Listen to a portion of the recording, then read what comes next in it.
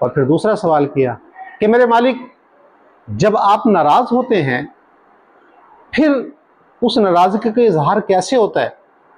مخلوق کو کیسے پتہ چلے کہ ہمارا رب ہم سے ناراض ہو گیا؟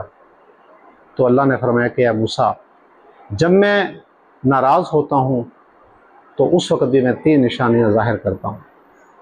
موسیٰ علیہ السلام کا تجسس پھر بڑھا، میرے مالک وہ 3 نشانیاں کیا ہیں؟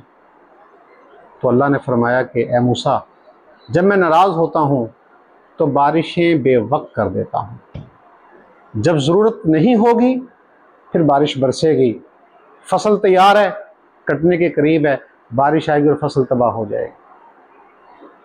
دوسری نشانی، پیسہ بخیل لوگوں کو دیتا ہوں، جو جوڑ جوڑ کر رکھیں گے، اپنی ذات پر خرچ کریں گے، گارے مٹی اور پتھر پر خرچ کریں گے۔ کوئی رشتہ دار، کوئی غریب انسان ان کے پاس چل کر آئے گا تو اسے چند پیسے بھی نہیں دیں گے، اپنی ذات پر کروڑوں خرچ کر دیں گے۔ تو بخیل اور کنجوس لوگوں کو پیسہ دوں گا۔ اور تیسری نشانی، حکومت نااہل اور نکمے لوگوں کو دوں گا کہ جو اس کے اہل نہیں ہوں گے، جو اس منصب کا حق ادا نہیں کریں گے، جو مخلوق کے لیے بھی پریشانی کا باعث بن جائیں گے۔